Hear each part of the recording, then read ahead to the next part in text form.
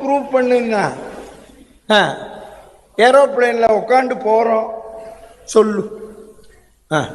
யார் காப்பாத்துறான் சொல்லுங்க நீங்கள். இந்த ட்ரெயின்லாம் கூட பஸ்ஸுன்னா கூட ஏதாவது ஆனால் பிழைக்கலாம்.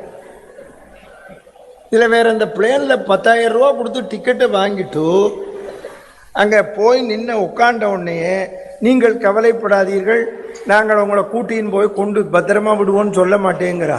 ஏதாவது ஆனால் இப்படி குதி எங்க குதிக்கிறது?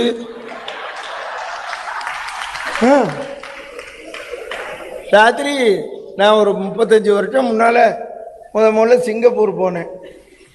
இந்த மாதிரிலாம் அங்கெல்லாம் போனேன் இங்கே போனேன்னு சொன்னால் தான் மதுரையில் கூப்பிடுவேன். அப்போது ராத்திரி 2 மணிக்கு ஃப்ளைட்டு. நம்ம தான் வெளியிலலாம் சாப்பிட மாட்டோமே. இதெல்லாம் முடிஞ்ச உடனே வண்டியை தள்ளிண்டு வரவளும் நின்ன ரொம்ப ஊர்வசி மாதிரி இருக்கா. தள்ளிட்டு போயிடலாம் போல இருக்கு.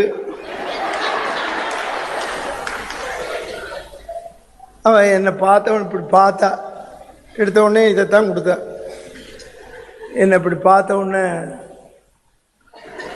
ஆப்பிள் ஜூஸ் ஆரஞ்சு ஜூஸ் எல்லாம் ஒன்றும் வேண்டாம்.